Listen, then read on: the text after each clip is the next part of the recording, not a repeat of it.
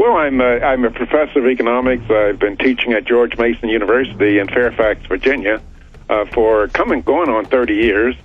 And my big job is trying to convince my fellow Americans on the moral superiority of individual liberty and its main ingredient, limited government. It's a hard job.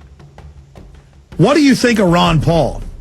I think he's a great. I think he's one of the few, and perhaps you can only name 4 or 5 congressmen that if the founders were to come back, they would speak to. He's one of the few that they would have respect for. Most congressmen, they have utter contempt for the Constitution of the United States and the moral principles that were the bedrock at our founding. And when I say that, a lot of people say, well, what are you talking about? Well, if you read through the Constitution, the government, the founders gave the government, the Congress, 21 things to do, and it's listed in Article 1, Section 8 of the United States Constitution, and if it's not there, they can't do it. And to give you an idea how far we've strayed, James Madison, who's the acknowledged father of the Constitution, he said in 1794, when Congress appropriated $15,000 to help some French refugees, he said, and I'm virtually quoting him, and all these quotes are available on my website at walterewilliams.com, he says, I cannot undertake to lay my finger on that article in the Constitution that allows Congress to take the money of their constituents for the purposes of benevolence. Now, if you look at the federal budget today, 2/3 or 3/4 of it is for the purpose of benevolence. That is, the major function of the United States Congress today is that of taking the rightful property of one American and giving it to another American to whom it does not belong. Now, I'm talking about farm subsidies, business bailouts, food stamps, welfare, prescription.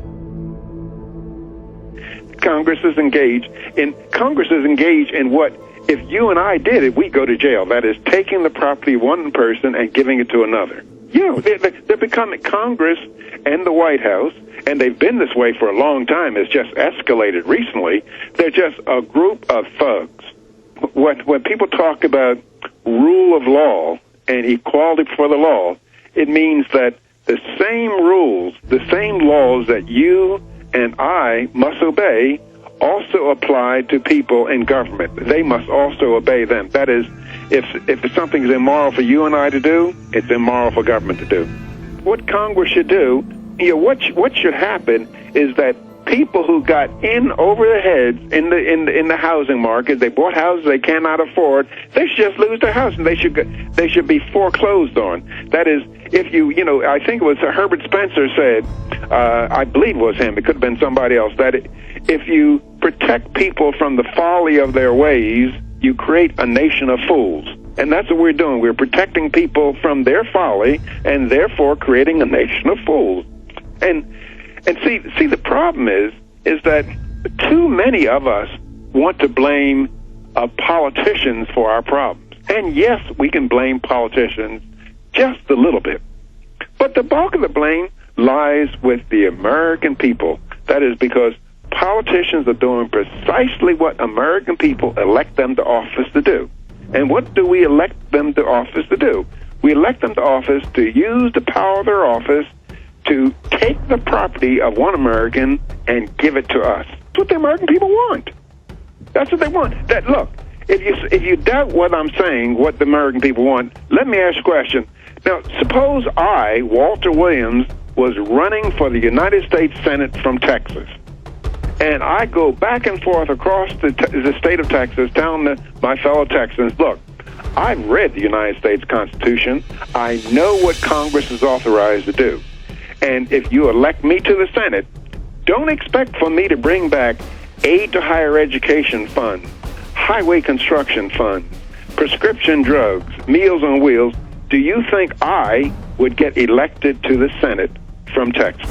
The problem, Alex, is that the people of Texas would be absolutely right not electing anybody who respected the United States Constitution to the United States Senate. The reason why is that, for example, if I am the senator and if I don't bring back billions of dollars to Texans, that doesn't mean that Texans will pay a lower federal income tax. Exactly. All that it means is that Oklahoma will get it instead. That is, once legalized theft begins, it pays for everybody to participate.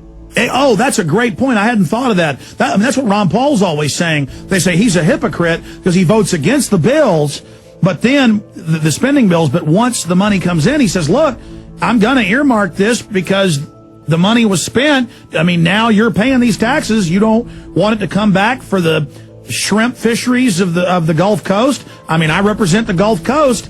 And so if I don't take this earmark, it's gonna go to foreign aid or something. That is absolutely right. So what it makes people who would otherwise be moral, they become immoral. That is because if you don't participate in the legalized theft, you're going to wind up holding the brown end of the stick, if you get what I mean. Wow.